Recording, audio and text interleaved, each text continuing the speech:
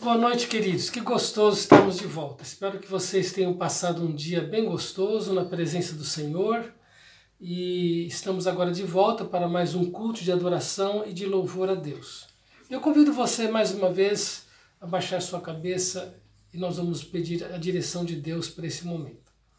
Mais uma vez, Pai, nós temos a alegria de estarmos juntamente ao redor dos nossos queridos, em família, adorando o Senhor e cultuando a Tua pessoa, Pai. Nós somos gratos porque a nossa vida está debaixo dos Teus cuidados. Nós estamos sendo, neste momento, impedidos de nos reunirmos na Tua casa, mas podemos, em amor, espiritualmente, junto com os demais irmãos, nos reunirmos para adorar e glorificar o Teu nome. E nós pedimos, então, que o Teu Espírito Santo ilumine a Tua palavra mais uma vez, em nome de Jesus. Amém. Então vamos a ler a palavra de Deus em Hebreus capítulo 2, versículos de 5 a 18. Eu convido você a acompanhar a leitura na sua Bíblia. Então diz assim o texto bíblico: Pois não foi a anjos que sujeitou o mundo que há de vir, sobre o qual estamos falando. Antes, alguém, em certo lugar, deu pleno testemunho dizendo: Que é o homem que dele te lembres? Ou o filho do homem que o visites? Fizeste-o por um pouco menor do que os anjos, e de glória e de honra o coroaste, e o constituíste sobre as obras das tuas mãos. Todas as coisas sujeitaste debaixo dos seus pés.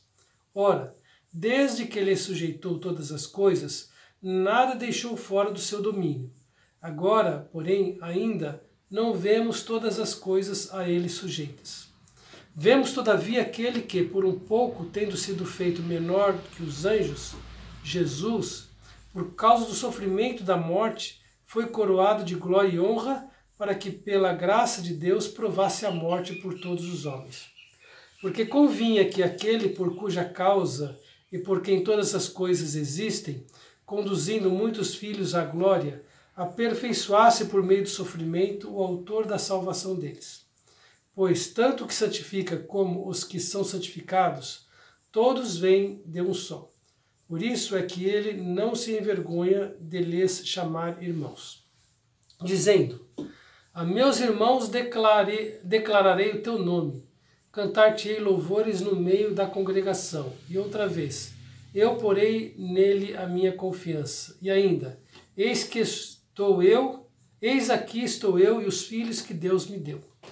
Visto, pois, que os filhos têm participação comum de carne e sangue, desses também ele igualmente participou, para que por sua morte destruísse aquele que tem o poder da morte, a saber, o diabo, e livrasse todos que, pelo pavor da morte, estavam sujeitos à escravidão por toda a vida.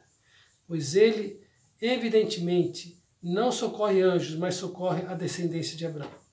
Por isso mesmo convinha que, em todas as coisas, se tornasse semelhante aos irmãos, para ser misericordioso e fiel sumo sacerdote nas coisas referentes a Deus e para fazer propiciação pelos pecados do povo.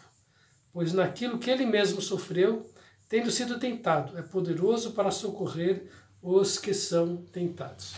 Muito bem, esse texto aqui, mais uma vez, está enfatizando a pessoa e a obra de Cristo na cruz em favor dos pecadores. E que nesse texto ele aborda tanto a humanidade de Jesus como a sua divindade.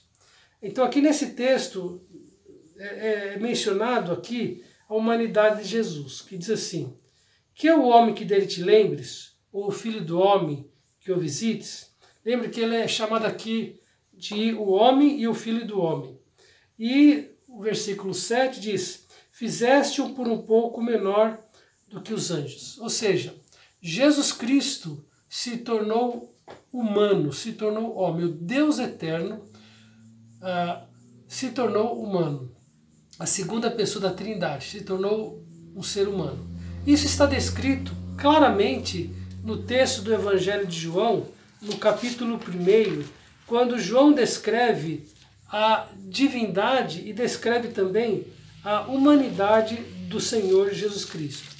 Em João, o Evangelho de João, portanto, diz assim: No princípio era o Verbo, e o Verbo estava com Deus, e o Verbo era Deus. Ele, o Verbo, estava no princípio com Deus. Todas as coisas foram feitas por intermédio dele, e sem ele nada do que foi feito se fez. E acerca do verbo, no versículo 14, diz assim: e o verbo se fez carne, ou seja, se tornou homem, humano, e habitou entre nós, cheio de graça e de verdade, e vimos a sua glória, glória como unigênito do Pai. Então vejam que tanto em João, capítulo 1, como o texto de Hebreus, aqui no capítulo 2, estão enfatizando a humanidade e a divindade de Jesus Cristo. Aqui no Hebreus capítulo 2, no versículo 7, também diz assim: e de glória e de honra o coroaste, e o constituísse sobre as obras das suas próprias mãos, das suas mãos. Então está falando aqui da divindade de Jesus. Jesus é, portanto, Deus que se encarnou e é homem. Ele é o infinito Deus homem. Há outros textos também que falam por que Jesus veio em carne, por que Jesus se tornou homem e por que ele precisou se tornar um ser humano. Ele precisou tornar-se ser humano para prover a salvação para os seres humanos. A Bíblia fala no texto de Romanos, no capítulo 5, no versículo 12, e eu quero ler para vocês aqui, Romanos capítulo 5, versículo 12 diz assim: portanto, assim como por um só homem entrou o pecado no mundo, quem é esse homem? É Adão. Assim como por um só homem, Adão, entrou o pecado no mundo, pelo pecado a morte, assim também a morte passou a todos os homens, porque todos pecaram. Agora no versículo 17 diz assim: se pela ofensa de um só e por meio de um só reinou a morte, ou seja, por meio da desobediência de Adão, o pecado entrou no mundo pelo pecado a morte, e a morte reinou e reina. Muito mais os que recebem a abundância da graça e o dom da justiça reinarão em vida por meio de um só, a saber, Jesus Cristo. Pois, assim como por uma só ofensa veio juízo sobre todos os homens para condenação, assim também por um só ato de justiça veio a graça sobre todos os homens para a justificação que dá a vida. Porque como pela desobediência de um só homem muitos se tornaram pecadores, assim também por meio da obediência de um só, muitos se tornarão justos. Então Jesus precisou descer da glória, se tornar um ser humano, ele precisou viver entre nós, ser tentado em todas as coisas à nossa semelhança, mas ele não pecou. E agora, como um ser humano perfeito, ele pôde então oferecer a sua vida como sacrifício pelos nossos pecados. E a palavra de Deus diz que Deus se agradou desse sacrifício, foi aceito por Deus o sacrifício de Jesus Cristo no lugar de todos os pecadores. Então, assim como por um só homem entrou o pecado a todos os homens, assim por um só homem veio salvação a todas as pessoas que se arrependem e creem na pessoa do Senhor Jesus Cristo. A palavra de Deus diz em Colossenses, no capítulo 2, no versículo 13 e 14, diz assim: Ele nos libertou do império das trevas e nos transportou para o reino do Filho do seu amor, no qual temos a redenção, a remissão dos pecados. Então, é somente nele que nós vamos encontrar, na pessoa de Jesus Cristo, na sua obra na cruz, nós vamos encontrar o pagamento dos nossos pecados. Jesus se tornou o autor da nossa salvação. Muito bem, Jesus torna os pecadores arrependidos, então, parte da sua família. Todo aquele que se arrepende, como nós vimos no texto anterior, né, que é preciso ser regenerado, é preciso nascer de novo. Todas as pessoas que se arrependem genuinamente e creem são regeneradas, não é? Se tornam agora parte da família de Deus. Por isso que lá em João, novamente no capítulo 1, o autor do Evangelho de João diz: mas a todos quantos o receberam, ou seja, todos aqueles que receberam Jesus Cristo e o têm como Senhor da sua vida e o seu Salvador pessoal, mas a todos quantos o receberam, deu-lhes o poder de serem feitos filhos de Deus, a saber, aos que creem no seu nome. Então, há no mundo dois tipos de pessoas. Um tipo são chamados pelo apóstolo Paulo de pessoas naturais, que nascem nesta vida, mas são criaturas de Deus, mas ainda não creram em Cristo. Não são filhos de Deus, são criaturas de Deus, feitas à imagem e semelhança de Deus. Mas quando eles entendem que são pecadores, se arrependem e creem em Cristo, Deus os torna filhos de Deus. E é interessante que ainda no texto de Colossenses, no capítulo 1, eu vou voltar lá para Colossenses, no capítulo 1, no versículo 13, diz assim: Ele, Jesus, nos libertou do império das trevas, ou seja, antes nós estávamos escravizados pelo pecado, sob o domínio das trevas. Ele nos libertou do império das trevas e nos transportou para o reino do Filho do seu amor, no qual temos a redenção, a remissão dos pecados. Portanto, irmãos, Jesus Cristo, ele precisou vir ao mundo, ele precisou se tornar homem para poder na cruz prover a salvação para nós. Vejam lá em Filipenses, no capítulo 2, versículo 5, que diz assim: pois ele, Jesus, subsistindo em forma de Deus, não julgou como usurpação o ser igual a Deus. Antes, a si mesmo se esvaziou, assumindo a forma de servo, tornando-se em semelhança de homens, e reconhecido em figura humana, a si mesmo se humilhou, tornando-se obediente até a morte e morte de cruz. Pelo que Deus o exaltou sobremaneira, e lhe deu o nome que está acima de todo nome, para que ao nome de Jesus se dobre todo o joelho, nos céus, na terra e debaixo da terra, e toda língua confesse que Jesus Cristo é o Senhor, para a glória de Deus Pai. Aqui mais um texto que fala tanto da humanidade de Jesus, quanto fala da divindade de Jesus. Ele se tornou homem, se humilhou, mas ele também foi exaltado sobremaneira, sobre tudo e sobre todos, para que todos reconheçam que Jesus Cristo é o Senhor. Então, pela sua morte e ressurreição, Jesus tornou-se o fiel sumo sacerdote para fazer a propiciação pelos nossos pecados. É justamente isto que o autor de Hebreus está se referindo agora acerca da pessoa do Senhor Jesus Cristo. Ele se tornou o fiel sumo sacerdote.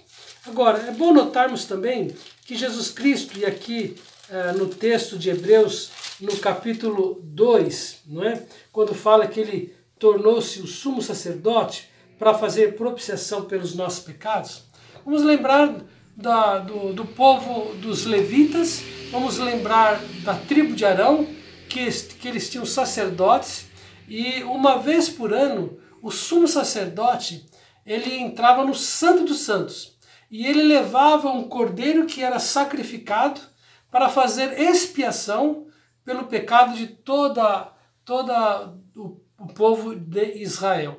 Uma vez por ano o sumo sacerdote fazia isto. E agora o texto está dizendo que Jesus é o nosso sumo sacerdote. E ele entrou no Santo dos Santos.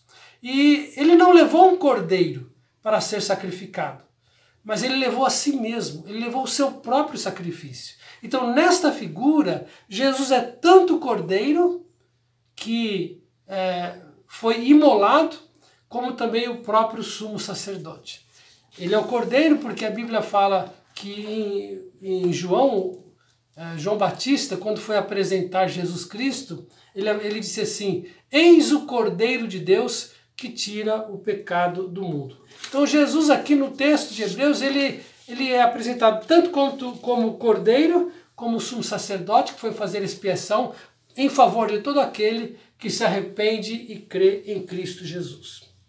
E a Bíblia fala aqui em Hebreus que Jesus, ele se alegra em nos chamar de irmãos, por fazermos parte agora da família de Deus. Aqui no versículo 11, ele diz isto, né?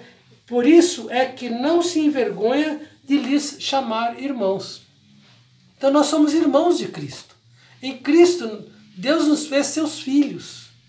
E agora ele diz que ele não se envergonha de nos chamar de irmãos. Na verdade, ele se alegra, ele se regozija, ele tem prazer de ter comunhão conosco como nossos irmãos. E ele se deleita nesta comunhão. Veja no versículos 12 e 13, dizendo assim: a meus irmãos declararei o teu nome, cantar-te-ei louvores no meio da congregação. E outra vez, eu porei nele a minha confiança. E ainda, eis aqui estou, eu e os filhos que Deus me deu. Quem são esses filhos que Deus deu para Jesus Cristo? Todos aqueles que ouviram a mensagem de vida eterna, todos aqueles que ouviram da necessidade de se arrepender dos seus pecados, de crer em Cristo, todos aqueles que se renderam em fé à pessoa de Jesus Cristo, eles se tornaram então filhos de Deus e irmãos do Senhor Jesus Cristo. Que bênção, irmãos, que nós podemos então ter a plena certeza de que temos um relacionamento muito íntimo, muito pessoal com Deus. Agora nós temos a liberdade de chamar de Deus de Pai. Ele é o nosso Pai. Eu lembro de uma ilustração de uma certa pessoa cujo filho, influenciado pelos seus amiguinhos, quando foram visitá-lo em casa, e os seus amigos chamavam o seu pai, o seu João, de ô seu João, como é que vai, seu João? E aquele menino começou a chamar, ô seu João. Aí o pai chamou a atenção do menino e disse assim: filho, vem aqui. E deu um abraço bem caloroso, bem gostoso, e disse assim para o filho: olha, filho, todos os seus colegas me chamam pelo nome, mas só você pode me chamar de pai, porque você é meu filho. Então, irmãos, nós hoje temos a liberdade de nos aproximarmos de Deus e chamá-lo de pai, de paizinho amado, porque fomos alcançados pela graça dele. Porque Jesus Cristo tornou-se o sacrifício perfeito, o Cordeiro Imaculado, que deu a sua vida por nós. E ele ressuscitou e está vivo. E ele entrou no Santo dos Santos. E ele levou o seu próprio sacrifício como sumo sacerdote para fazer propiciação pelos nossos pecados. E agora nós somos salvos pela graça de Deus. Que nos alegremos, que nos regozijemos por termos a Jesus como o nosso Salvador e Senhor, como nosso irmão eterno, porque agora em Cristo nós somos filhos de Deus, herdeiros de Deus e co-herdeiros com Cristo. Que Deus nos abençoe. Uma boa tarde, uma boa noite e um bom descanso e uma boa semana para vocês. Alegria de poder me dirigir a todos vocês. Obrigado.